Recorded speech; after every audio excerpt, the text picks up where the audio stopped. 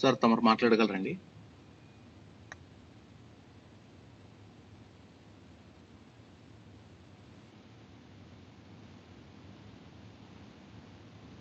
రాష్ట్ర ప్రజలందరికీ నమస్కారాలు, అభినందనలు, శుభాభినందనలు. గడిచిన 3-4 నెలలుగా ప్రపంచాన్ని పీడిస్తున్న ప్రధాన సమస్య ఈ కరోనా వైరస్. ఇది ఏమాత్రం కూడా తగ్గే పరిస్థితి కూడా కనపడడం లేదు. అగ్రదేశాలు కూడా అతలాకుతలమయ్యే పరిస్థితికి వచ్చాయి. ఇది మన దేశంలో కూడా మనం చూస్తే దీనివల్ల చాలా ఇబ్బందులు రావడం, అదేవిధంగా ప్రజల ఆలోచన విధానమే మారిపోయే పరిస్థితి వస్తూ ఉంది. ఇంకొక విధంగా ప్రజల యొక్క జీవితాల్లో చాలా సమస్యలు వస్తున్నాయి. ఆర్థికంగా, ఇంకొక పక్కన పని లేకుండా, ఇంకొక పక్క అనారోగ్యంతో, లేకపోతే ఇది చూసినప్పుడు ఏమవుతామనే భయంతో బయట కూడా రాకుండా ప్రాణాలు చేతుల్లో పెట్టుకొని గడిపే పరిస్థితి వస్తూ ఉంది. ఈరోజు మనం చూస్తే ప్రపంచంలో 1,06,00,000 కేసులు రిపోర్ట్ అయినాయి. అదే మరి ఇంకొక పక్కన 1,12,000 మంది చనిపోయే పరిస్థితికి వచ్చారు. ఇంకొక పక్కన మనం చూస్తూ ఉంటే ఇది ఒక పెద్ద సమస్య. 5,16,000 మంది చనిపోయారు. నిన్న ఒక్క రోజులోనే 1,12,000 కేసులు వస్తున్నాయి. ఇది అమెరికా కానీ, మన దేశం కానీ, ఇంకా ఇలాంటి దేశాల్లో పెద్ద ఎత్తున కేసులు వస్తున్నాయి. అదే సమయంలో మనందరం ఆలోచించాల్సింది, మానవత్వం ఉండే ప్రతి ఒక్క వ్యక్తి కూడా ఈ సమస్యని ఏ విధంగా ఎదుర్కొంటాం, మళ్ళా ప్రజల్ని ఏ విధంగా ముందుకు తీసుకుపోగలుగుతాం అనే విషయం ప్రతి ఒక్కరు ఆలోచించి సహకరించాల్సిన అవసరం ఉంది. ఇందులో ప్రభుత్వంలో ఉండే పెద్దల మీద బాధ్యత ఎక్కువగా ఉంటుంది. అధికారం ఉంది, ప్రజలు నమ్మి ఓటేసినప్పుడు అలాంటి ప్రజలకు అన్ని విధాల అండగా నిలబడవలసిన బాధ్యత ప్రభుత్వాలపైన ఉంటుంది. ఆ విషయం మనందరము గుర్తుపెట్టుకోవాలి. ఈ సందర్భంగా మీరు ఒక్కసారి చూస్తే కేంద్ర ప్రభుత్వం ఈ విషయంలో లాక్డౌన్ పెట్టడం, లాక్డౌన్ అయిన తర్వాత ఈ పరిస్థితులు అధ్యయనం చేసుకున్న తర్వాత ఎప్పటికప్పుడు మళ్ళా ఈ లాక్డౌన్ లిఫ్ట్ చేస్తూ ఏ విధంగా జీవనోపాధి కల్పించాలి, ఈ విధంగా ప్రజలను ఆదుకోవాలి, అదేవిధంగా ఆర్థిక పరంగా ఎలాంటి ఇబ్బందులు వస్తున్నాయి, ఇవన్నీ ఏ విధంగా అధిగమించాలో ఆలోచించే పరిస్థితికి వచ్చారు. ఇప్పటికి మనం చూస్తే బ్రాడ్గా అనేక రిఫార్మ్స్ కానీ, ఒక 20 లక్షల కోట్ల రూపాయలతో ప్రత్యేక ప్యాకేజీ కూడా ఇచ్చే పరిస్థితికి వచ్చారు. అవన్నీ వివిధ స్థాయిల్లో అమల్లో ఉన్నాయి. మన రాష్ట్రానికి వచ్చినప్పుడు ఈరోజు ఒకసారి చూస్తే కేంద్ర ప్రభుత్వం మొదటి నుంచి కూడా నెలకు 5 కేజీల చొప్పున మొదట 3 నెలలు ఇచ్చారు. ఇప్పుడు మళ్ళా 5 నెలలు ఇచ్చారు. అంటే నవంబర్ వరకు 5 కేజీల చొప్పున ప్రతి ఒక్కరికి ఇచ్చే బాధ్యత కేంద్రం బీపీఎల్ ఫ్యామిలీస్ తీసుకున్నాం. ఇంకొక పక్కన 500 రూపాయలు 2 సార్లు ఇచ్చారు, 1000 రూపాయలు ఇచ్చారు. నేను ఈ రాష్ట్ర ప్రభుత్వాలను అడుగుతున్నా, మీరు ఏం చేశారు? 500 రూపాయలు ఒక నెల 1000 రూపాయలు ఏదో ఇచ్చారు తప్ప మీరు ఏ మాత్రం కూడా ప్రజలకు మేలు చేయాలనే ఆలోచన లేకుండా పోయింది. మీ ప్లానింగ్లో కానీ, మీరు ఈ సమస్య పరిష్కారం చేయడం కానీ, ఈ సమస్య వల్ల నష్టపోయే ప్రజలను ఆదుకోవడంలో మీరు పూర్తిగా నిర్లక్ష్యం వహించారు. మొదటి నుంచి కూడా మేము చెప్తూనే వచ్చాం, ఈ సమస్య ఇప్పుడుతో పోదని మేము చెప్తే మీరు కావాలని మా మీద వ్యతిరేకం చేస్తూ మేమేదో తప్పు చెప్తున్నాం అని చెప్పే విధంగా మీరు మాట్లాడి ఈరోజు సమస్యను జటిలం చేసే పరిస్థితికి వచ్చారు. ఈరోజు మన రాష్ట్రం వ్యవసాయ రాష్ట్రం నుంచి మనందరం కూడా ఇంకా ముందుకు పోవాలని ఆలోచించే సందర్భంలో ఈ కరోనా రావడం, వ్యవసాయంలో ఉండే రైతులందరూ కూడా చాలా ఇబ్బందులు ఫేస్ చేశారు.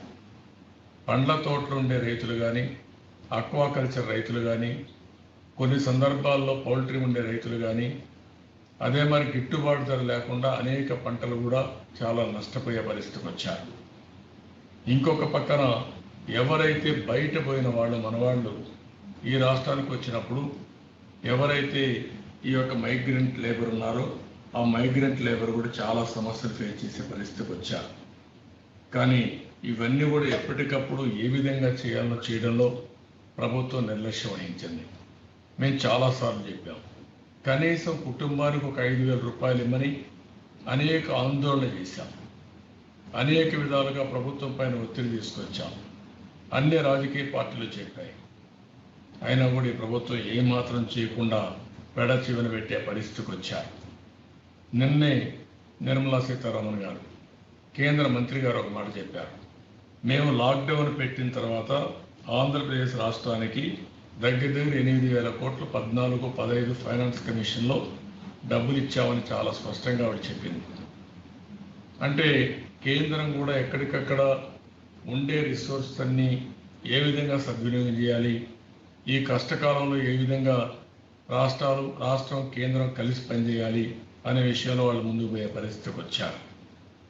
ఆ డబ్బులు వచ్చినప్పుడు కూడా మీరు అవి కూడా సక్రమంగా ఉపయోగించకుండా ఎక్కడికక్కడ ప్రజల్ని ఇబ్బంది పెట్టే పరిస్థితికి వచ్చారు తప్ప ఏమాత్రం కూడా ప్రజాహితం కోసం మీరు పనిచేసే పరిస్థితులు లేరు.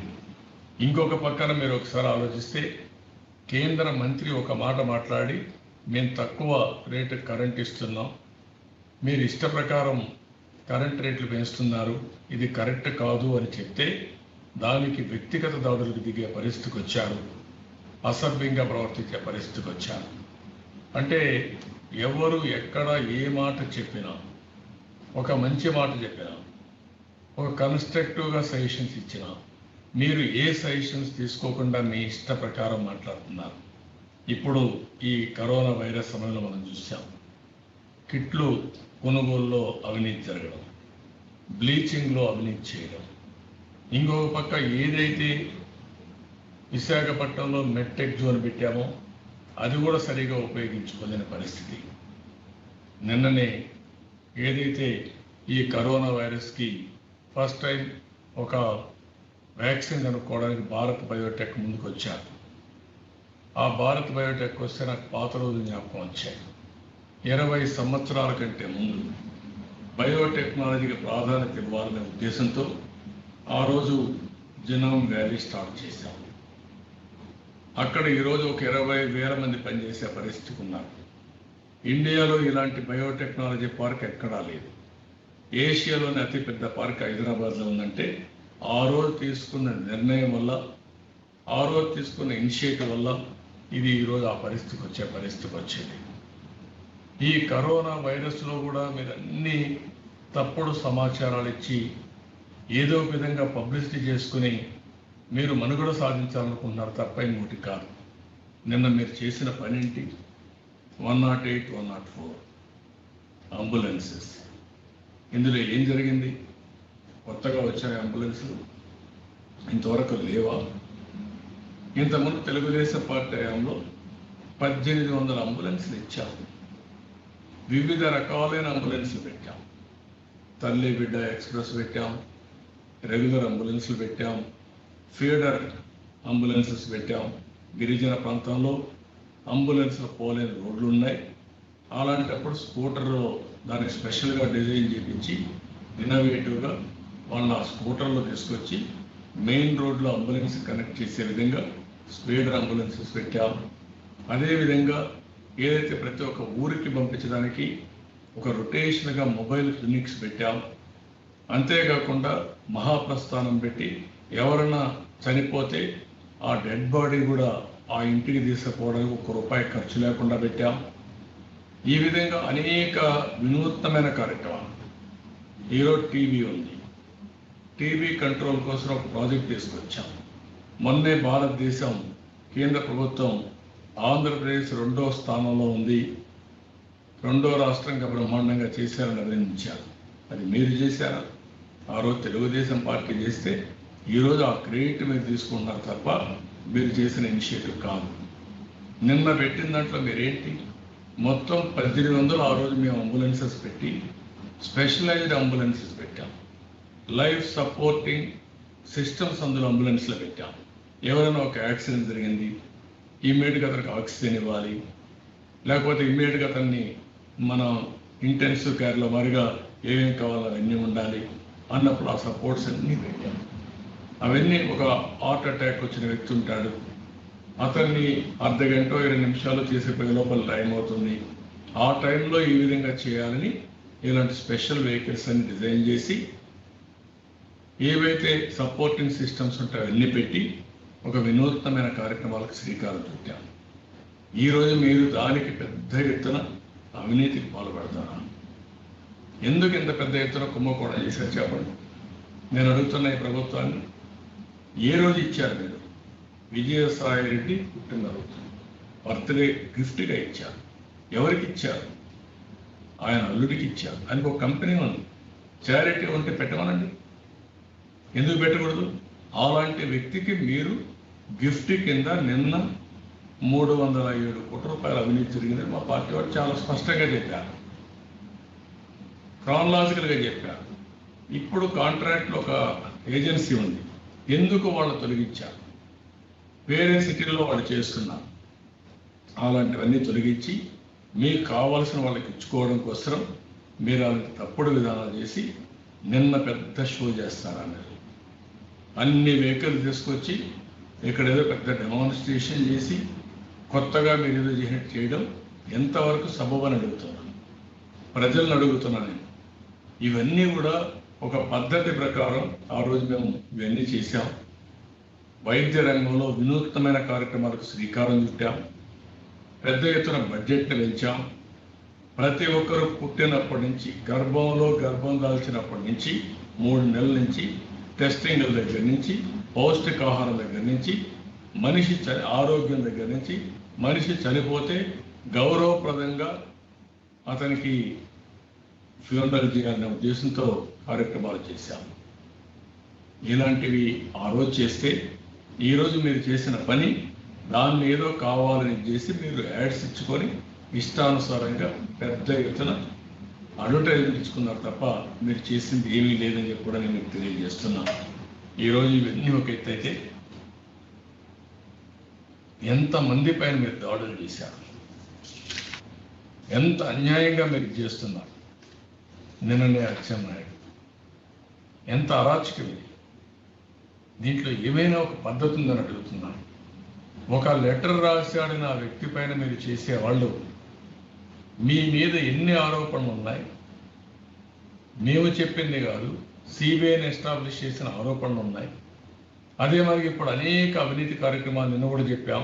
104, 108, సరస్వతి, శాండ్ విషయంలో పెద్ద అవినీతి, మైనింగ్ విషయాల్లో పెద్ద కుంభకోణాలు, భూమి అక్విజిషన్లో పేదవాళ్ళకి ఇచ్చే ఇంటి జాగాల్లో పెద్ద ఎత్తున అవినీతి, అదే మరి ఇరిగేషన్లో మిగిలిన అన్నిట్లు ఎక్కడ చూసినా ఇష్టానుసారంగా మద్యంలో ఎక్కడా లేని విధంగా ప్రత్యేకమైన బ్రాండ్స్ పెట్టి జే ట్యాక్స్ వసూలు చేయడం, ఇవన్నీ చేసి మీ ఇష్టానుసారంగా చేస్తే దానికి ఏమాత్రం అడిగినా సమాధానం చెప్పకుండా ఎదురు దాడి చేయడం, ప్రతిపక్షాలు మాట్లాడితే వాళ్ళందరిపైన కేసులు పెట్టడం, ఎదురు దాడి చేయడం, ఇంకొక పక్కన తప్పుడు కేసులు పెట్టడం, ఇంకొక పక్కన ఈరోజు మీరు ఒకసారి చూస్తే ఎవరైతే మీడియా ఉందో వాళ్ళ మీద ఒక జీవో తీసుకొచ్చి వాళ్ళని రాయనీయకుండా కేసులు పెట్టడం. ఈరోజు మొత్తం మనం చూస్తే దగ్గర ఈ ప్రభుత్వం వచ్చిన తర్వాత టీడీపీ శ్రేణుల పైన 800 దాడులు చేశారు, 10 మందిని చంపేశారు. అదే మరిగా వీళ్ళ వేధింపులు తట్టుకోలేక శివప్రసాద్ మొదలుకొని 7 మంది ఆత్మహత్యలు చేసుకునే పరిస్థితికి వచ్చారు. ఇంకో పక్కన ఉద్యోగస్తులు వీళ్ళ ప్రెషర్ తట్టుకోలేక 20 మంది ఆత్మహత్య ప్రయత్నాలు, కొంతమంది చనిపోవడం కూడా జరిగింది. ఇంకొక పక్కన మీరు ఒకసారి చూస్తే రాజధాని రైతుల మరణాలు 54 జరిగాయి, భవన నిర్మాణ కార్మికుల మరణాలు 66, ఆత్మహత్యలు జరిగాయి. రైతులైతే 511 మంది చనిపోయే పరిస్థితికి వచ్చారు. ఇవి మహిళల పైన లైంగిక దాడులు, దిశ చట్టం అన్నారు, 384 జరిగాయి. కడాన వాలంటీర్ల అరాచకం కూడా ఒక 65 జరిగే పరిస్థితి వచ్చింది. మీరు సామాజిక న్యాయం అన్నారు, ఎక్కడ సామాజిక న్యాయం అని అడుగుతాం.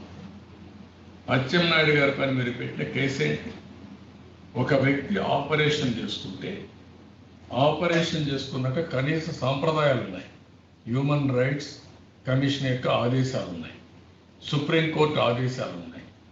ఏ విధంగా అరెస్ట్ చేయాలి, ఏ విధంగా ప్రొసీజర్ ప్రకారం ముందుకు పోవాలి, 3 ఏళ్లకు మనకు ఏదైనా జరుగుంటే దానిపై నోటీసులు ఇవ్వాలి.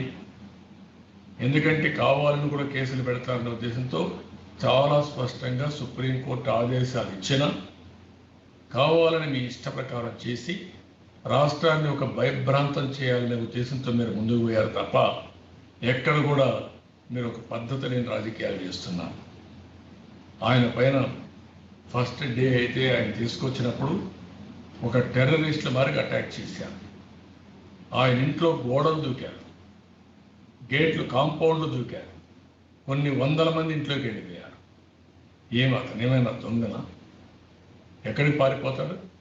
ఒక పద్ధతి లేదా డిపార్ట్మెంట్కి? నేను కూడా ముఖ్యమంత్రిగా ఉన్నా, నేను కూడా 40 ఏళ్ళు రాజకీయాలుగా ఉన్నా. ఇంతవరకు ఇలాంటి అరాచక పాలన నేను ఎప్పుడూ చూడాలి. అక్కడి నుంచి నాకు ఆపరేషన్ జరిగింది అని చెప్పిన వినకుండా 600 కిలోమీటర్లు తీసుకొచ్చారు మీరు.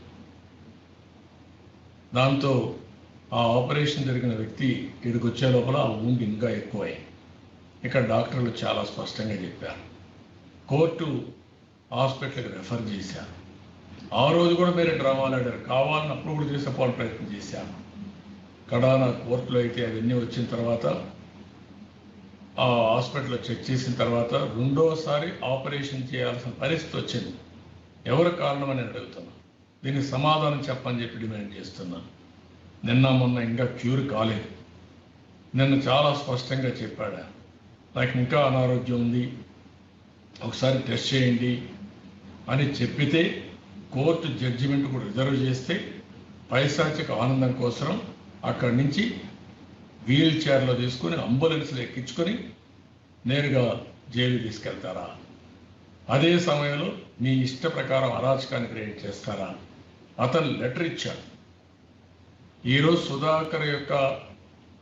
డాక్టర్ సుధాకర్ రావు పైన జరిగినటువంటి ప్రయోగం మనం చూసిన తర్వాత ఒక మాస్క్ అడిగితే మాస్క్ ఇవ్వకుండా ఒక దళిత డాక్టర్ని, వన్ ఆఫ్ ది బెస్ట్ డాక్టర్ని ఈరోజు పిచ్చివాడికి ఇది క్రియేట్ చేసే పరిస్థితికి వచ్చాను. ముందు తాగుబోతు కింద క్రియేట్ చేయాలనుకున్నారు, అంత మునిపే సస్పెండ్ చేశారు. తర్వాత అక్కడ హాస్పిటల్లో పెడితే మందులు ఏవంటే ఇచ్చి ఆ మందుల వల్ల అతను అనారోగ్యం వచ్చింది, లేనిపోని ఆరోగ్య సమస్యలు వస్తున్నాయని చెప్పి అతను కంప్లైంట్ చేసి ఒక డాక్టర్గా ఉన్న వ్యక్తి ఈ మందులు నాకు ఇవ్వడం ఏంటి అని క్వశ్చన్ చేసి అతను ఆరోగ్యం క్షీణించే పరిస్థితి వస్తే హైకోర్టు సిబిఐ ఎంక్వైరీ అని చెప్పి ఆదేశాలు ఇచ్చే పరిస్థితికి వచ్చారు. అదే విషయం ఈయన అడిగే పరిస్థితికి వచ్చారు. మీరు కావాలని మీ వల్ల నా ప్రాణానికి నా ఆరోగ్యానికి ముప్పు ఉందని చాలా స్పష్టంగా రాసిచ్చాడు. దీనికి సమాధానం చెప్పమని అడుగుతున్నాను. అంటే ఇక్కడ ప్రభుత్వంలో ఉండే కొంతమంది ఆఫీసర్లు అతిగా కూడా ప్రవర్తిస్తున్నారు. మీరు కూడా గుర్తుపెట్టుకోవాలి. ఇష్టానుసారంగా చేస్తే చట్టం ఒకటి ఉంది, చట్ట ఉల్లంఘన చేసిన ప్రతి ఒక్క వ్యక్తి కూడా శిక్షార్హులే. ఇంత మునుపు కూడా ఇతను చెప్పిన తప్పుడు పనులన్నీ చేసి చాలామంది జైలు పోయే పరిస్థితికి వచ్చారు. ఎవ్వరు కూడా మనం అతీతులం కాదు, ఆ విషయం మీరు గుర్తుపెట్టుకోవాల్సిన అవసరం ఉంది. ఇది అయిన తర్వాత అమరావతి ఎన్ని రోజుల నుంచి అండి? అమరావతి 200 రోజులుగా ఆందోళన చేస్తున్నారు. ఏంటి వాళ్ళు చేసిన తప్పు? రైతులు ముందుకొచ్చి ఈ ప్రభుత్వం ఒక రాజధాని కట్టాలనుకుంటుంది, మేము కూడా కాంట్రిబ్యూట్ చేస్తామని దగ్గర 33,000 ఎకరాలు 29,000 మంది రైతులు స్వచ్ఛందంగా ముందుకొచ్చి ఇచ్చారు. ఇది మొట్టమొదటిసారిగా ప్రపంచంలోనే ఎక్కడ లీగల్ డిస్ప్యూట్ లేకుండా ఇచ్చినటువంటి ల్యాండ్ ఇది. అందరూ ఇచ్చారు, 99.5% ఇచ్చారు. వీళ్ళ పార్టీ వాళ్ళు కూడా ఇచ్చారు.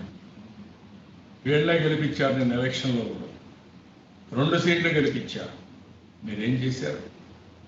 అలాంటి ఒక మంచి ప్రాజెక్ట్ ఈరోజు రాజకీయాల్లో ఉండే మనకు ఒక సాటిస్ఫాక్షన్, మనం ఉన్నప్పుడు ఏం చేసామో శాశ్వతం. మనం చేసిన పనులు ప్రజలకు ప్రయోజనాలు కలిగిస్తే దానివల్ల మనకు ఆనందం ఉంటుంది. అట్లా కాకుండా కావాలని ఉన్మాదంతో ఏదంటే చేసి రాష్ట్రాన్ని భ్రష్టు పట్టించడం మంచిది కాదు. ఆ రోజు నేను ఆలోచించాను, హైదరాబాద్ కోసం సైబరాబాద్ సిటీ క్రియేట్ చేశాం, అవుటర్ రింగ్ రోడ్ వేసాం, బయోటెక్నాలజీ పార్కు తీసుకొచ్చాం, ఐటీ తీసుకొచ్చాం, ఎయిర్పోర్ట్ తీసుకొచ్చాం. అవన్నీ ఈరోజు ఫలితాలు ఇచ్చినప్పుడు నాకు కూడా ఒక ఆనందం, మనం చేసిన పనులు ప్రజలకు ఉపయోగపడుతున్నాయి. అలాంటి ఒక మంచి ప్రాజెక్ట్ని, అమరావతిని సంపద సృష్టించే ప్రాజెక్ట్ని మనం డబ్బులు ఖర్చు పెట్టక్కర్లేదు, సెల్ఫ్ ఫైనాన్సింగ్ ప్రాజెక్ట్. అది కూడా రైతులకు కాంట్రిబ్యూట్ చేశారు. 10,000 కోట్ల రూపాయలు పెట్టుబడి పెట్టాం.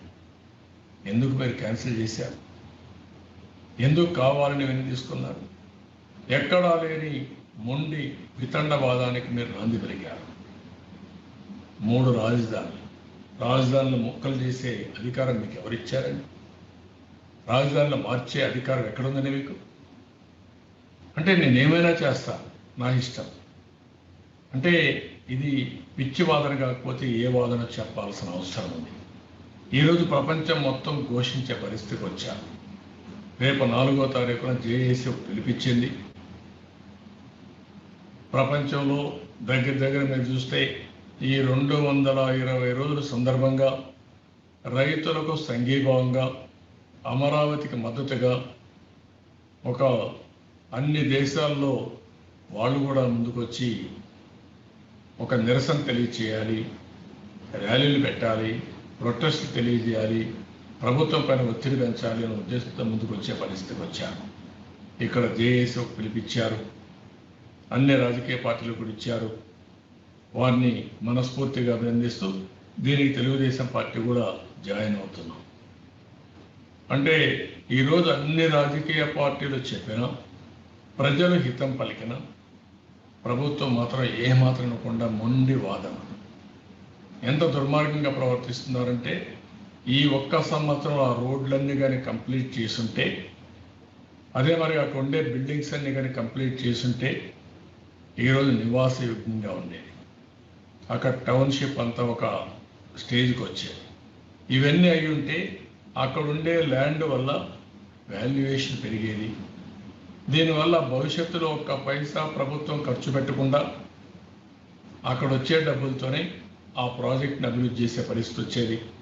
ఒకప్పుడు హైదరాబాద్ చేశాం, తర్వాత వచ్చిన పాలకులు అందరూ కూడా, ఆ రోజు రాజశేఖర్తో సహా అందరూ దాన్ని కంటిన్యూ చేశారు.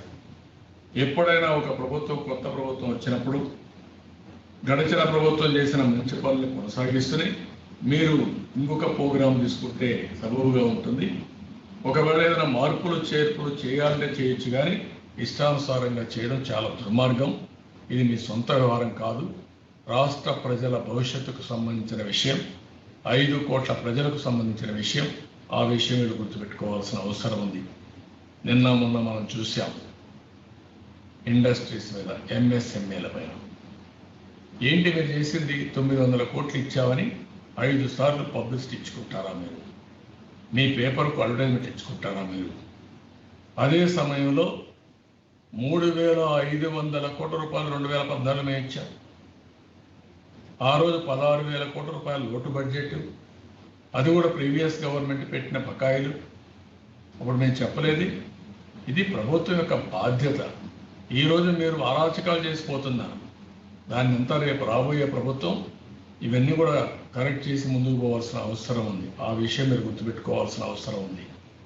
ఇంకొక పక్క రాష్ట్రంలో పెట్టుబడులు అన్నీ పోతున్నాయి, ఎవరు రావడం లేదు. 2 లక్షల కోట్ల రూపాయలు పెట్టుబడులు పెట్టిన వాళ్ళు అందరూ వెళ్ళిపోయారు. ముందుకు వచ్చారు, పర్మిషన్ తీసుకున్నారు, పనులు స్టార్ట్ చేసేటప్పుడు ఇది మారింది, అక్కడి నుంచి వెళ్ళిపోయే పరిస్థితి వచ్చారు. ఈరోజు కియా వచ్చిందంటే, ఒక హీరో మోటార్స్ వచ్చిందంటే, ఇంకొక పక్క ఒక అపోలో టైర్స్ వచ్చిందంటే, ఏషియన్ పెయింట్స్, ఇవన్నీ కూడా చాలా ఇండస్ట్రీస్ వచ్చాయంటే ఆ రోజు ఇనిషియేటివ్ తీసుకున్నట్టు తప్ప ఈరోజు మీరు తీసుకున్నది ఏమీ లేదు. మీ దుర్మార్గమైన కార్యక్రమం చూస్తే అమర్ రాజా బ్యాటరీస్. అమర్ రాజా బ్యాటరీస్ని ఒక్కసారి ఆలోచిస్తే highest tax payer in Andhra Pradesh. 16,000 మందికి ఉద్యోగాలు ఇస్తున్నారు. ప్రభుత్వానికి ట్యాక్సీలు ఎక్కువ కట్టి 16,000 మందికి ఉద్యోగాలు ఇచ్చి, ఏదైతే ఇప్పుడు అక్కడ ప్రాజెక్టు పెట్టారో ఆ ప్రాజెక్టులో ఇంకా ఎంప్లాయ్మెంట్ క్రియేట్ చేయాలని క్రియేట్ చేస్తామని చెప్పి కొంతవరకు ఎంప్లాయ్మెంట్ క్రియేట్ చేయడం కూడా చేశారు. వాళ్ళ దగ్గర నుంచి బలవంతంగా ల్యాండ్స్ తీసుకుంటారు. ఏ విధంగా దీన్ని మీరు జస్టిఫై చేస్తారు అంటే మొదటి నుంచి మీరు చేసే ప్రవర్తన ఎవరైతే మీకు గిట్టుబాటు గారో వాళ్ళందరిపైన దౌర్జన్యాలు చేయడం, బ్లాక్మెయిల్ చేయడం, వాళ్ళ బాధ పెట్టడం, పవర్లో పీపీఏలు మొదలుకొని ఇండస్ట్రీస్ మొదలుకొని ఎవరన్నా అమ్ముకోవాలన్నా ఏం తట్టుకోలేక వాళ్ళ దగ్గర నుంచి బలవంతం వసూలు చేసే దగ్గర నుంచి ఇష్టానుసారంగా దారుణంగా నీచంగా మీరు ప్రవర్తించే పరిస్థితికి వచ్చారు. నిన్న మొన్న మీరు ఒకసారి చూస్తే సరస్వతి సిమెంట్కి ఇచ్చిన భూమి కానీ, మైన్స్ కానీ, నీళ్లు కానీ ప్రజలందరికీ అర్థమవుతాయి. అంటే మీ సొంత ఫ్యాక్టరీకి అయితే మీ ఇష్టానుసారంగా అధికార దుర్వినియోగం చేస్తారు. దీనికి రాజశేఖర్ ఉన్నప్పుడు ముఖ్యమంత్రిగా అమర్ రాజాకి ఇచ్చారు. అది 2007లో ఆ ప్రాంతంలో ఇస్తే పనులన్నీ చేస్తామంటే ఇప్పుడు మీరు క్యాన్సిల్ చేస్తారు. దీన్ని ఏ విధంగా మీరు సమాధానం చెప్తారని అడుగుతారు. ఈరోజు రాష్ట్రం అంతా కూడా రేపు ఇంటి జాగాలు ఉన్నాయి. పేరు మాత్రం పేదవాళ్ళకి ఇంటి జాగాలు ఇస్తామని చేసేది భారీ ఎత్తున అవినీతి అధికార దుర్వినియోగం. మామూలుగా 1-2 కాదు, ఇష్టానుసారంగా 5 లక్షలు ఉండే భూమిని 20 లక్షలు, 30 లక్షలు, 50 లక్షలు చేస్తారు. ఈరోజు ఆవు భూమి ఉంది రాజమండ్రిలో. ఏంటి ఆ కుంభకోణం?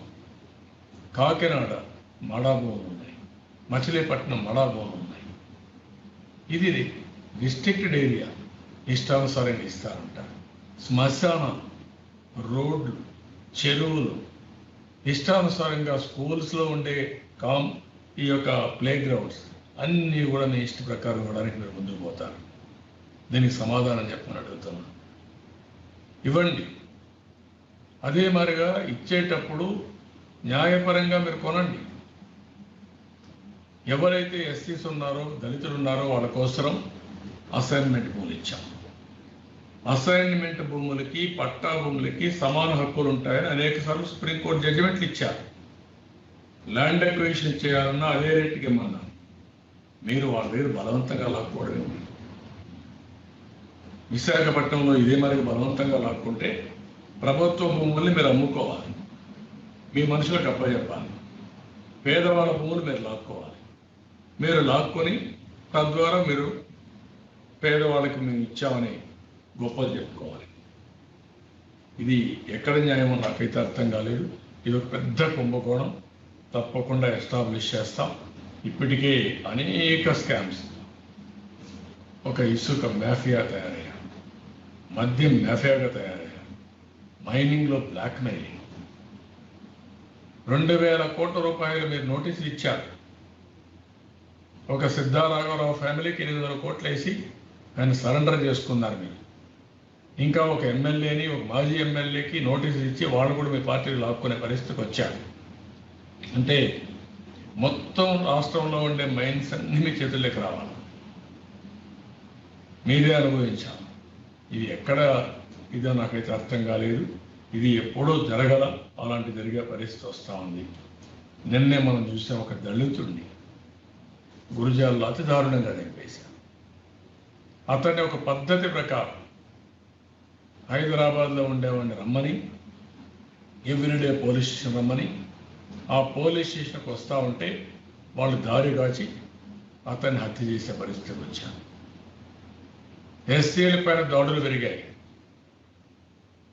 అరెస్టులు పెరిగాయి. మిమ్మల్ని ఎదిరించిన బడుగు బలహీన వర్గాలపైన దాడులు విపరీతంగా పెరిగిపోయినాయి. ఇంకొక పక్కన 368 మంది మహిళలపైన దాడులు చేసే పరిస్థితికి వచ్చారు. మొన్నే హైకోర్టు, సుప్రీంకోర్టు రంగుల గురించి కామెంట్ చేశారు. ఎన్నిసార్లు అండి ఇది న్యాయమైంది? ఒక పార్టీ కలర్స్ వేసుకోవడం ఏంటి?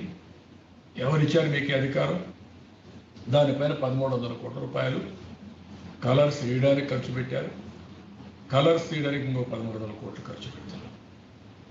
ఇది ఎవరు పే చేయాలి? వేసిన అధికారులు పే చేయాలి, వాళ్ళకి ఆదేశాలు ఇచ్చిన వైసీపీ పార్టీ పే చేయాలి. తప్పకుండా అది పే చేసే రోజు వస్తుంది. ఆ విషయం మీరు గుర్తుపెట్టుకోవాలి. ఇది అధికార దుర్వినియోగానికి పరాకాష్ట. ఇప్పుడు కూడా ఇంకా ఇది జరుగుతూనే ఉండే పరిస్థితి ఉంది. శాసన మండల పైన మీరు ఏం చెప్పారు, ఏం చేస్తున్నారు? ఈరోజు చట్టసభలు అనేటివి సొంత ప్రయోజనాలకు కాకుండా, ఇష్టానుసారంగా అరాచకాలు చేయడానికి కాకుండా ఒక పద్ధతి ప్రకారం రన్ చేయడానికి ఉపయోగపడతాయి. అక్కడ మాట్లాడితే వాళ్ళ పైన దాడి చేస్తారు. నిన్న కూడా అప్రోప్రియేషన్ గురించి మాట్లాడతారు.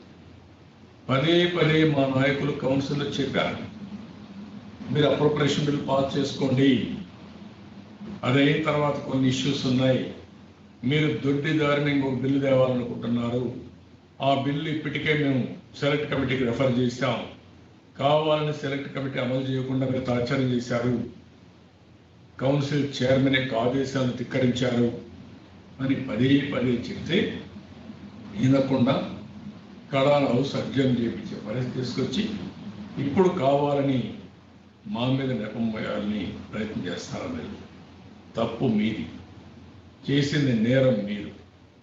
అంతేగాని తెలుగుదేశం పార్టీని బ్లేమ్ చేయడం కరెక్ట్ కాదని కూడా హెచ్చరిస్తున్నాను. ఇంకొక పక్క ప్రత్యేక హోదా పైన ఆ రోజు ఏం చెప్పారు, ఈరోజు ఏం చేశారు? ఎన్ని ఆరోపణలు చేశారు మీరు? ఎన్ని ఫేక్ న్యూస్ చెప్పారు? అన్ని ఫేక్ న్యూస్ ఇష్టానుసారంగా చెప్పి పింక్ డైమండ్ ఉందని, అది మా ఇంట్లో ఉందని చెప్పిన పెద్ద మనుషులు మీరు ఇప్పుడు అసలు పింక్ డైమండే లేదని మాట్లాడుతున్నారు. అదే మాదిరిగా పోలవరంలో అవినీతి జరిగిందని చెప్పిన మీరు ఇప్పుడు పోలవరంలో ఏం జరగలేదని మాట్లాడుతున్నారు.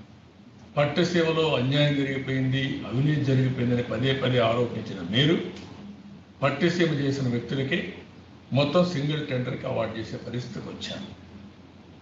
దీనికి సమాధానం ఏం చెప్తారు మీరు? ఎందుకు సమాధానం చెప్పరు? అంటే మీ ఇష్ట ప్రకారం ఏది చెప్పితే అది జరిగిపోతుంది అనుకోవడం చాలా దుర్మార్గమైన కార్యక్రమం. ఆ విషయం మీరు గుర్తుపెట్టుకోవాలి.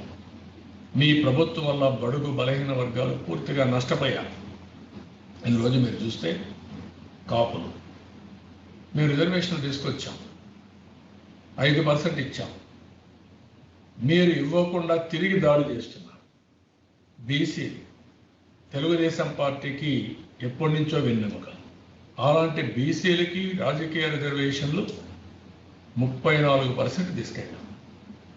ఒక పద్ధతి ప్రకారం ఆ రోజు మా నాయకుడు ఎన్టీ రామారావు గారు ఉన్నప్పుడు, తర్వాత నేను ముఖ్యమంత్రిగా ఉన్నప్పుడు 34% రిజర్వేషన్లు చేశాం. ఈరోజు మీరు 24% రిజర్వేషన్ అని 20% కూడా ఇవ్వకుండా, ఇంకొక పక్క సుప్రీంకోర్టు కూడా పోకుండా గట్టిగా కూడా దీన్ని సుప్రీంకోర్టులో లాయర్స్ పెట్టి వినిపించే పరిస్థితి లేకుండా పోయారు. మీ కలర్స్ వేసుకోవడానికి ఎంతమందిని అడ్వకేట్స్ని పెట్టారండి? అదేవిధంగా మీరు చేసి తప్పుడు పనులు హైకోర్టులో, సుప్రీంకోర్టులో మీ మీద అనేక కామెంట్స్ వచ్చాయి. వీళ్ళకందరికీ ఎన్ని కోట్ల రూపాయలు ఖర్చు పెడుతున్నారు? మీ పర్సనల్ కేసులో ఆర్గ్యూ చేసిన వ్యక్తులకి ఈరోజు రాష్ట్ర ఖజానా దోచిపెట్టే పరిస్థితికి మీరు వచ్చారు. దీనికి సమాధానం చెప్పగలుగుతారా మీరు? అదే సమయంలో బీసీల యొక్క స్పెషల్ ప్లాన్ మొత్తం నిర్వీర్యం చేశారు. ఆరాకొరా ఇవ్వడం, ఏదో దానికి పెద్ద ఎత్తున పబ్లిసిటీ ఇచ్చుకోవడం, మేము అది చేసాం ఇది చేసాం చెప్పుకోవడం, ఎక్కడ కూడా స్టాచ్యురేషన్ ఇవ్వకుండా మీరు ముందుకు పోయే పరిస్థితికి వచ్చారు. ఇంకొక పక్కన ఎస్సీ రిజర్వేషన్ మేము ఆ మాట చెప్పాం. ఆ రోజు కేటగరైజేషన్ తీసుకొచ్చాం. దానిపైన మీ స్టాండ్ చెప్పమని కమిషన్ బిల్లు వస్తే, ఎస్సీ ఎస్టీ కమిషన్ బిల్లు వచ్చి చెప్తే దానికి సమాధానం చెప్పకుండా ఎదురుదాడి చేసే పరిస్థితికి వచ్చారు. ఇంకొక పక్కన ఎస్టీలు ఎన్టీ రామారావు గారు ఉన్నప్పటి నుంచి ఏజెన్సీ ఏరియాలో అక్కడ ఉండే ఉద్యోగాలు వాళ్ళకే ఇవ్వాలని ఆ రోజు నిర్ణయం చేసి ఇన్ని సంవత్సరాలు అమలు చేస్తే ఈరోజు ఆ ఉద్యోగాలు పోయే పరిస్థితి వచ్చాయి. దీనికి మీ అసమర్థత కారణం కాదా? అంటే మీరు ఏమైనా చేస్తాం, దాడులు చేస్తాం, కేసులు పెడతాం, భయపెడతామంటే అందరూ భయపడిపోవాలనుకుంటున్నారు. కానీ అది మంచి పద్ధతి కాదు. ఇది ప్రజాస్వామ్యం కాదు. ఇది ప్రజాస్వామ్య హితం కాదు. నిన్న నేను చూశాను. నేను ఎప్పుడు చిన్నప్పటి నుంచి సామాజిక న్యాయానికి కట్టుబడి ఉన్నాను. ఏ పని చేసినా, ఎక్కడ ప్రాధాన్యత ఇచ్చినా అన్ని వర్గాలను కలుపుకొని అందరికి కూడా పదవులు ఇచ్చాం. దాన్ని పదే పదే ఫేక్ న్యూస్ పెట్టి మీరు విమర్శించారు, అవాస్తవాలు చెప్పారు. నేను సవాలు విసురుతున్నా ఇప్పుడు కూడా. మా పీరియడ్లో సామాజిక న్యాయం ఏం చేశాం, మీ పీరియడ్లో సామాజిక న్యాయం ఏం చేశాం, దానికి పరాకాష్ఠ ఉంది. ఒక ముగ్గురు వ్యక్తులకి నీ పక్కనుండేవాడికి రాష్ట్రాన్ని పనిచేస్తారా మీరు? మొత్తం జిల్లాల వారీగా వాళ్ళకి పనిచేసి ఆ ముగ్గురే చూస్తారా? ఒక పక్కన ఏటు, ఇంకొక పక్క మీ బాబాయ్, ఇంకొక పక్క మీ ఆఫీసులో పనిచేసే అతను, వీళ్ళు రాష్ట్రాన్ని మొత్తం పంచుకుంటారా? అంటే ఎక్కడికి పోతున్నారు? ఈరోజు కేసులు ఎవరు పెడుతున్నారు? డీజీపీ పెట్టడం, పోలీసులు పెట్టడం. మీ పార్టీ ఆఫీసులో పనిచేసే వ్యక్తి డీజీపీలో ఒక మనిషిని పెట్టుకొని ప్రతిరోజు ఏ విధంగా హెరాస్ చేయాలనో దానికి ఒక స్ట్రాటజీ ఇస్తున్నాడు. ఒకటే చెప్తున్నా, గుర్తుపెట్టుకోండి. మీరు అపోజిషన్ ఉన్నప్పుడు మేము కూడా ఇదే మాదిరిగా పనిచేసి ఉంటే మీరు కుక్క తిప్పుకునేవాళ్ళు కాదు, బయట వచ్చేవాళ్ళు కాదు, కారు బయట పెట్టేవాళ్ళు కాదు. కానీ ప్రజాస్వామ్యం ఇది. అది చేసి నోళ్ళు నొక్కాలంటే మాత్రం అది మీకు సాధ్యం కాదు. ఒక వ్యక్తిని మీకు లాక్కుంటే ఆ వ్యక్తి బదులు 10 మంది తయారవుతారు, 100 మంది తయారవుతారు, వీరోచితంగా పోరాడతారు. ఒక వ్యక్తిని మీరు అరెస్ట్ చేసి పైశాచిక ఆనందం పొందితే ఆ వ్యక్తికి ధీటుగా ముందుకు రావడానికి కొన్ని వందల వేల మంది త్యాగాలు చేయడానికి సిద్ధపడతారు. ఈ విషయం మీరు గుర్తుపెట్టుకోవాల్సిన అవసరం ఉంది. ఇది మీరు పిచ్చగా ఆలోచిస్తే మాత్రం అది సాధ్యం కాదు. కానీ ఒకసారి బాధేస్తుంది. 40 ఏళ్ళు చూశాను, ఎప్పుడూ లేనటువంటి ఇబ్బంది. శారీరకంగా ఇబ్బంది పెడుతున్నారు, మానసికంగా ఆందోళన గురి చేస్తున్నారు, ఆర్థికంగా ఇబ్బందులు పెడుతున్నారు. కానీ రాష్ట్రం కోసం ఎవ్వరు కూడా ఎన్నికపోకుండా ముందుకు వస్తున్నారంటే అది తెలుగుదేశం పార్టీ కానీ రాష్ట్ర ప్రజలకు ఉండే పట్టుదల. నేను మాజీ ముఖ్యమంత్రిగా విశాఖపట్నానికి పోతే మీ గుండాలను పెట్టుకొని అక్కడ గొడవ చేసి నేను రావడానికి వీలు లేదని మీ ఇష్ట ప్రకారం తీసి తిరిగి పంపిస్తే హైకోర్టు చీవాట్లు పెట్టింది డీజీపీ. ఎన్నిసార్లు చేస్తారు? ఎన్నిసార్లు వెళ్తారు కోర్టుకి? అల్టిమేట్గా ఏం జరుగుతుంది? ఆ విషయం మీరు గుర్తుపెట్టుకోవాల్సిన అవసరం ఉంది. ఇలాంటి సమయంలో మీరు చేయాల్సింది కరోనా వైరస్ని ఏ విధంగా ఎదుర్కోవాలి, బాధితుల్ని ఏ విధంగా ఆదుకోవాలి, ఏ విధంగా ప్రజలకు అండగా ఉండాలి, అందరి సహకారం ఏ విధంగా తీసుకోవాలి అనే విషయాలు వదిలిపెట్టి ఎప్పుడు కూడా ఏకపక్షంగా మీ ఇష్ట ప్రకారం దాడులు చేయడం, ఎదురు దాడి చేయడం, అధికార దుర్వినియోగం చేయడం, రాష్ట్రాన్ని లూటీ చేయడం ఇలాంటి మంచి కాదు. ఈ విషయం గుర్తుపెట్టుకోవాల్సిందిగా మరొక్కసారి ప్రభుత్వాన్ని హెచ్చరిస్తూ ఇమ్మీడియట్గా ఏదైతే కరోనా సమస్య ఉందో కనీసం ఇప్పటికైనా 5,000 రూపాయలు ఇవ్వండి. ఆ పేదవాళ్ళని అండగా ఉందాం. మైగ్రేషన్ లేబర్ ఉన్నారు, అదే మాదిరిగా పనులు లేక చాలామంది పస్తులుండే పరిస్థితి వస్తున్నారు. ఇలాంటి సమయంలో మీరు రేట్లు విపరీతంగా లిక్కర్లో పెంచేసి వాళ్ళ రక్తాన్ని తాగే విధంగా మీరు తయారయ్యారంటే ఇది మానవత్వం కాదు. ఇప్పటికైనా సరే పరిస్థితులు చక్కదిద్దండి.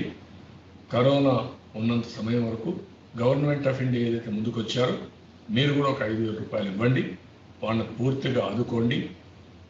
నేను ఎన్నోసార్లు చెప్పాను, ఈ కరోనా అప్పుడు చాలా జాగ్రత్తగా ఉండాలంటే ఇప్పటికి కూడా పీపీఎల్ సరిగా మీరు ఇవ్వడం లేదు. ప్రజలకు 3 ఇస్తామన్నారు, ఇచ్చారు? ఎక్కడిచ్చారు? మీరు ఇస్తే కదా మేము ఇచ్చేదని కింద వాళ్ళు చెప్తున్నారు. ఇలాంటి చిన్న చిన్న విషయాలు కూడా మీరు చేయలేకపోయారంటే ఇది చాలా బాధాకరం అని తెలియజేసుకుంటూ ఇప్పటికైనా సరే మీరు ఒక బాధ్యతగా ప్రవర్తించాల్సిందిగా ప్రభుత్వాన్ని హెచ్చరిస్తూ ప్రజలందరికీ విజ్ఞప్తి చేస్తున్నాం. మీరు కూడా ఇమ్యూనిటీ లెవెల్ పెంచుకోవాలి. ఇది ఇంకా 3 నెలలు ఉంటుందా, 4 నెలలు ఉంటుందా, 5 నెలలు ఉంటుందో తెలియదు. ఇప్పుడిప్పుడే వ్యాక్సిన్స్ ఇవన్నీ కూడా చాలామంది రీసెర్చ్ చేస్తున్నారు. అది వచ్చినా కూడా 3-4 నెలలు హ్యూమన్ ట్రయల్స్ ఇవన్నీ అయినాక మళ్ళా మ్యానుఫ్యాక్చరింగ్కి వెళ్ళాలి. అది మొత్తంగా అందరూ అమలు చేయాలంటే చాలా టైం పడుతుంది. దీనికి ఒకటే మార్గం, మనం జాగ్రత్తగా ఉండడం, ఇమ్యూనిటీ లెవెల్ పెంచుకోవడం, అదే సమయంలో ఎక్కడికక్కడ బయట రావాలంటే సామాజిక బాధ్యత కింద ఏదైతే ఫిజికల్ డిస్టెన్స్ పాటిస్తూనే ప్రాపర్ పీపీఈ పెట్టుకొని మనం రాగలిగితే దానివల్ల కొంత ఉపయోగం ఉంటుంది. దానివల్ల మనం కరోనాని కంట్రోల్ చేసిన వాళ్ళు అవుతాం. అదే సమయంలో ప్రభుత్వం కూడా మనకు సహాయం చేసి మీరు కూడా ఇంటి దగ్గరున్న పనిచేసే పద్ధతులు ఉంటే అవన్నీ కూడా చేసుకుంటూ వస్తే కొంతవరకు ఆర్థిక వ్యవస్థ మెరుగవుతుంది, మన కష్టాలు తీరుతాయి. దానికి శ్రీకారం చుట్టాల్సిందిగా ప్రతి ఒక్కరిని కోరుకుంటూ చేస్తారని చెప్పి ఆశిస్తూ అందరికీ నమస్కారాలు. జై హింద్.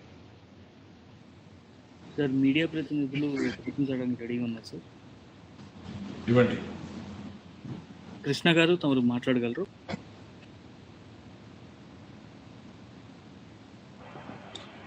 సార్, ఇప్పుడు ఏదైతే అమరావతి విషయానికి వచ్చేసరికి ఇటీవల మంత్రులు కూడా అమరావతిలో పర్యటించడం జరుగుతుంది, కట్టడాలను పరిశీలిస్తున్నారు. అలాగే ఒక మంత్రి కూడా అమరావతి మార్పు పుట్టులో ఉండకపోవచ్చు అనే సంకేతాలు స్పష్టంగా చెప్పారు సార్. దీన్ని ఎలా చూస్తున్నారు? అంటే సంకేతాలు ఇవ్వడం కాదు కావాల్సింది, నిర్దిష్టంగా చెప్పాల్సిన బాధ్యత ఎడపైన ఉంది. ఈరోజు ఒక అనిశ్చిత పరిస్థితి, 2వ సంవత్సరం, దీనికి బాధ్యత లేదు. ఇలాంటి సమయంలో కూడా ఈరోజు మనం ఒక్కసారి ఆలోచిస్తే ఇక్కడ అసెంబ్లీ ఉంది, అదే మరి సెక్రటరియట్ ఉంది, ఇంకొక పక్కన కోర్టు ఉంది. అన్నీ వచ్చిన తర్వాత ఆ పనులు పూర్తి చేసి ఒక టౌన్షిప్ డెవలప్ అయ్యేది. అలాంటివి చేయకుండా ఇన్ని రోజులు కాలయాపన చేసి ఇప్పుడు ఇవన్నీ మాట్లాడడం కరెక్ట్ కాదు. ఇప్పటికైనా సరే ఖచ్చితంగా ఇక్కడే అమరావతి ఉంటుంది అని చెప్పాల్సిన బాధ్యత ఈ ప్రభుత్వం పైన ఉంది. ఇది మీ ఒక్కరి విషయం కాదు, ఇది భావితరాల భవిష్యత్తుకు సంబంధించిన విషయం. మేమేదో ఆడుకుంటాం, మనం డెవలప్ చేయాలి, అన్ని ప్రాంతాలు డెవలప్ చేయాలి, అందరికి ఉద్యోగాలు రావాలి. కానీ అలాంటిది చేయకుండా రాజకీయ క్రీడ ఆడుతూ రాజకీయాలతోనే మేము ఇది చేసుకుంటాం, ప్రజలను మోసం చేస్తాం అనుకుంటే మోసపోయేది మీరే. ఆ విషయం గుర్తుపెట్టుకొని, కానీ మీ వల్ల రాష్ట్రానికి నష్టం జరుగుతాం.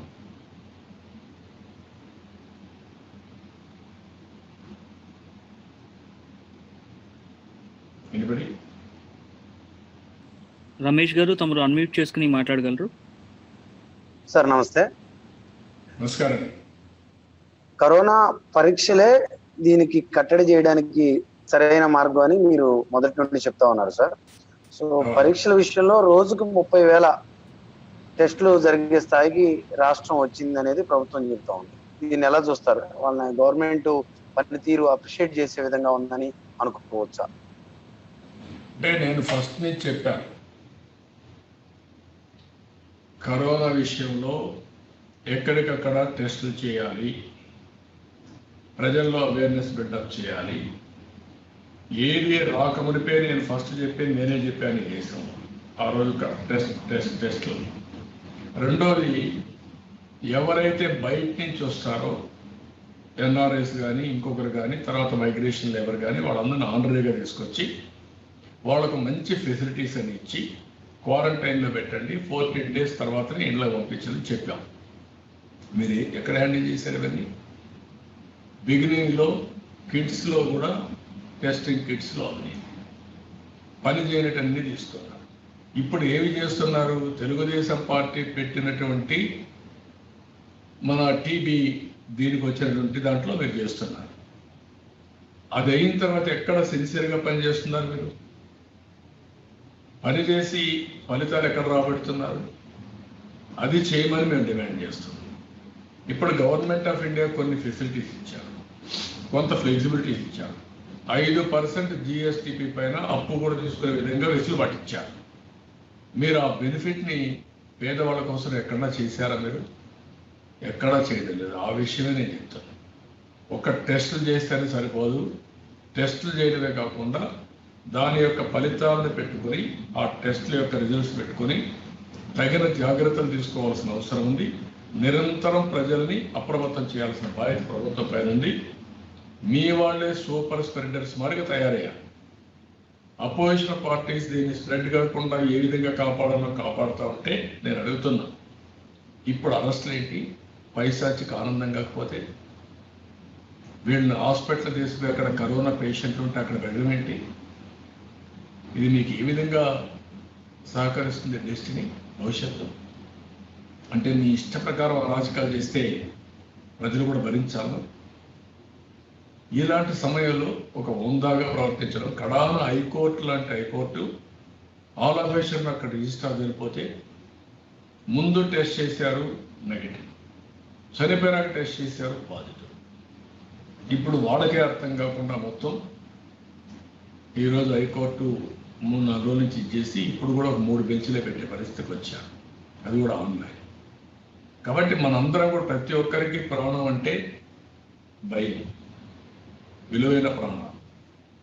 ప్రజల ప్రాణాలతో ప్రతిపక్ష ప్రాణాలతో ఆడుకునే హక్కు ఈ జగన్మోహన్ రెడ్డికి లేదు. ఆ విషయం పెట్టుకోవాలి. 4 రోజులు ఆగలేవా? ఎందుకు ఈ అరెస్టులు? ఎవరు చెప్పాడు నేను అరెస్ట్ చేయమని? ఇదేనా నీ అరాచకం? అంటే నీ ఇష్ట ప్రకారం చేస్తే ప్రత్యర్థుల పైన కక్ష తీర్చుకుంటే నీకు కలిసి వస్తుంది అనుకుంటే అది నీ భ్రమ. కానీ శారీరకంగా ఇబ్బంది పడుతున్నాం, మానసికంగా ఆందోళన పడుతున్నాం, ఆర్థికంగా చాలా నష్టపోతున్నారు. కడాన నరేగాలో పనిచేసిన వాళ్ళకు కూడా డబ్బులు ఇవ్వకుండా పైశాచిక ఆనందాన్ని పొందుతున్నాడు. ఎవరన్నా డబ్బులు ఇస్తే వాడికే బిల్లు ఇవ్వడు. ఏ విధంగా చూడాలి? తర్వాత పనిచేసిన నువ్వు డబ్బులు ఇస్తావు. నరేగాలో చాలా స్పష్టంగా ఫస్ట్ కమ్ ఫస్ట్ సర్వ్డ్. ఇవన్నీ చాలా ఉన్నాయి. ఇవన్నీ కూడా రాష్ట్రంలో ఉండే ప్రజానీకం ఆలోచించాల్సిన అవసరం ఉంది. ప్రజలందరూ కూడా ఆలోచించాల్సి ఈ రోజు ఉంది, రేపు ఉంది, ఎల్లుండి ఉంది. ఇతను చేసే పనులని చూస్తూ ఉంటే రేపు అనే మాట లేదనే విధంగా ప్రవర్తిస్తున్నాడు. నేను ఏమన్నా చేస్తాను, కానీ ఎప్పుడు సమాజం సహకరించదు. ఆ విషయం తను గుర్తుపెట్టుకోవాల్సి ఉంది. ఫస్ట్ ఆఫ్ ఆల్ నేను ఒకటే అడుగుతాను, మీరు ఏ విధంగా హ్యాండిల్ చేస్తున్నారని అడుగుతున్నాను. ఇప్పుడు ఒకప్పుడు సౌత్ ఇండియాలో తక్కువ ఉన్నాయి కేసులు, కేరళ అయితే దీని నుంచి బాగా హ్యాండిల్ చేశారు. ఇప్పుడు సౌత్ ఇండియాలో కూడా నెంబర్ ఆఫ్ కేసెస్ విపరీతంగా పెరిగిపోతున్నాయి. ఇప్పుడు అవుట్ బ్రేక్ వచ్చే సిచ్యువేషన్కి వచ్చే పరిస్థితికి వచ్చేసింది. ఆంధ్రప్రదేశ్లో పెద్ద పెద్ద సిటీస్ లేవు కాబట్టి ఆ మాత్రం బతికారు. కానీ బెంగళూరు, హైదరాబాద్, చెన్నై మరి ఉంటే ఇంకా భయంకరంగా ఉంటాయి. కృష్ణ, కర్నూలు ఏమైనా ఎంతమంది చనిపోతున్నారు? దీన్ని ఎక్కడ నియంత్రణ చేస్తున్నారు మీరు? ఆ విషయం చాలా స్పష్టంగా హితో పలుకుతున్నా. మీరు చేయాల్సిన పనులు వేరే, మీరు చేసే పనులు వేరే. ఈ కష్ట సమయంలో మీకు ఉండవలసిన ప్రాధాన్యతలు వేరే, కానీ మీకుండే ప్రాధాన్యతలు వేరే.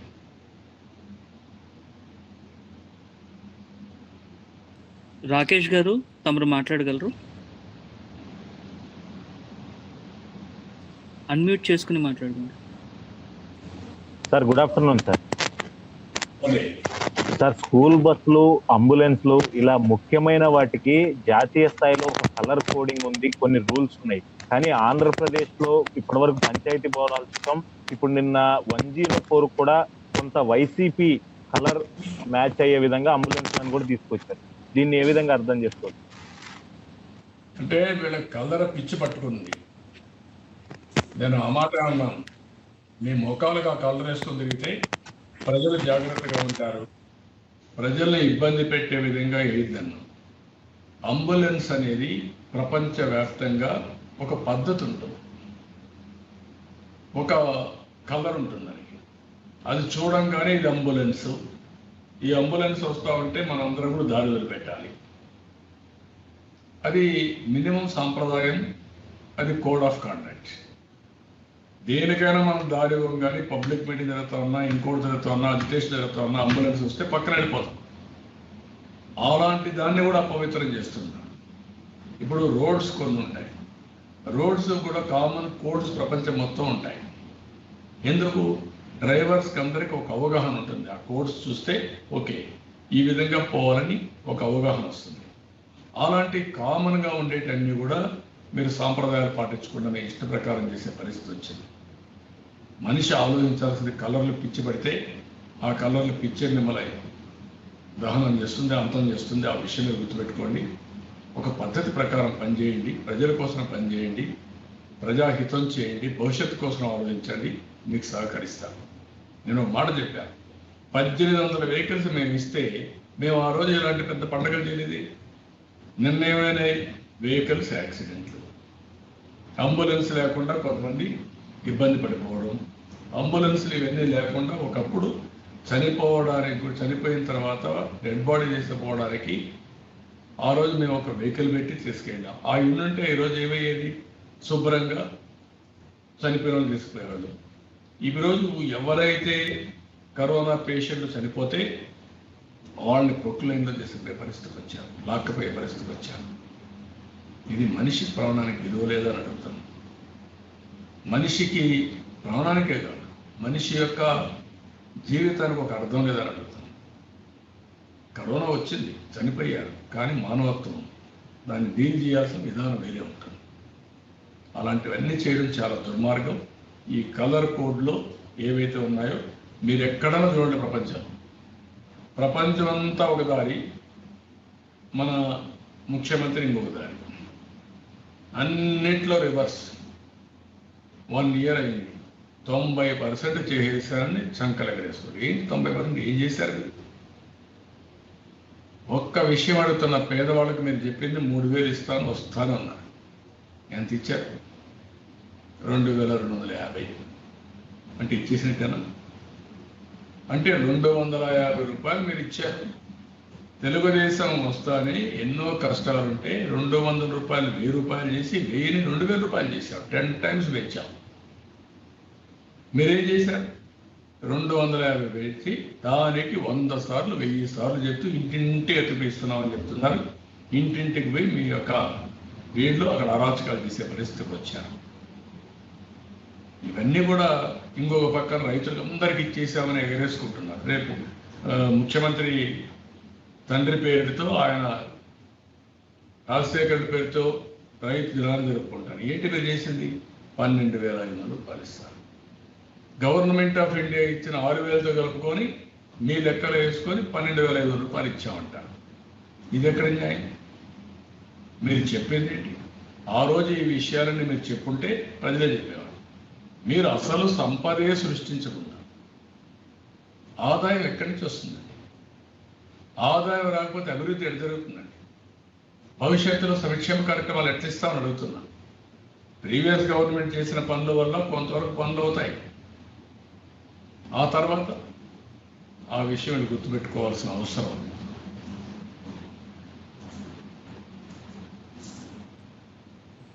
రవిచంద్ గారు తమరు మాట్లాడగలరు. Sir, good evening sir. నమస్కారం, చెప్పండి రాజు గారు. సార్, కరోనా విషయంలో ముఖ్యంగా ఆంధ్రప్రదేశ్ ప్రభుత్వం పక్క రాష్ట్రాలతో పోలిస్తే మేము చాలా గొప్పగా చేస్తున్నాం. ఇక్కడ టెస్టింగ్ల విషయంలో కూడా చూసుకోండి, ఎక్కడైనా సరే ఇండియాలో మొత్తంలో మేమే టాప్ అని చెప్తున్నారు. అదేవిధంగా హాస్పిటల్లో సౌకర్యాలు కావచ్చు, అదేవిధంగా కోవిడ్ సెంటర్లో కావచ్చు, ఏ రాష్ట్రంతో అయినా మేము అందరికన్నా చాలా గొప్పగా చేస్తున్నాం అని చెప్తున్నారండి. ప్రధానంగా ఈ అంశం మీదే మీరు స్పందించగలరు. నేను ఒకటి అడుగుతాను. బెంగళూరు, హైదరాబాద్, చెన్నై నగరాలు చేసి వాళ్ళ గ్రామీణ ప్రాంతాలు మన గ్రామీణ ప్రాంతాలు ఒకసారి కంపేర్ చేయండి. కృష్ణా జిల్లా, కర్నూలు జిల్లా, దక్షిణ భారతదేశంలో ఏ జిల్లాలన్నీ ఇంత పెద్ద ఎత్తున వచ్చాయో ఆన్సర్ చేయండి. దీనికి సంకలగరేసుకోవడం కాదు, చెప్పింది కూడా వాస్తవాలు ఉండే విధంగా మాట్లాడాలి. కనీసం వేరే ప్రభుత్వాలు ఏమి ఇచ్చారు, మీరేమి ఇచ్చారు? You answer that. కేంద్రం 8 నెలలకు 5 కేజీలు బియ్యం ఇస్తే 1 కేజీ పప్పు ఇస్తే మీరేమి ఇచ్చారు? చెప్పండి దీనికి సమాధానం. కేంద్రం వాళ్లే చెప్పారు, నిర్మలా సీతారామన్ గారు, మేము 8,000 కోట్ల రూపాయలు లాక్డౌన్ పెట్టిన తర్వాత కరోనా ఇది ఉంది కాబట్టి మేము డబ్బులు ఇచ్చాం. 14th, 15th ఫైనాన్స్ కమిషన్ అంటే ఆ డబ్బులు ఎక్కడ పెట్టారు? పెయింట్లు వేస్తారా మీరు? అధికార దుర్వినియోగం చేస్తారా? 1 year ఏం చేశారు మీరు? ఈ వెహికల్స్ అన్ని, అంబులెన్స్ అన్ని ఏమైనాయి? ఎందుకు నిలిపేశారు? ఎందుకు ఆపరేట్ చేయలేదు? మళ్ళా ఈరోజు టెండర్లు గోల్మారాలు చేసి వాళ్ళ టెండర్ ఉండగానే మీ మనిషికి ఇచ్చుకుంటారా? అంటే ఇంకా దీనికి అంతులేదు దీనికి. కాబట్టి ఆ విషయం గుర్తుపెట్టుకోవాల్సిన అవసరం ఉంది. ఏదైనా సరే తప్పుడు ప్రచారం ఇప్పుడంతా నేషనల్ లెవెల్లో ఈ సమయంలో ఎన్ని అడ్వర్టైజ్మెంట్స్ ఇస్తున్నారు? ఏ ప్రభుత్వాన్ని ఇస్తా ఉందండి?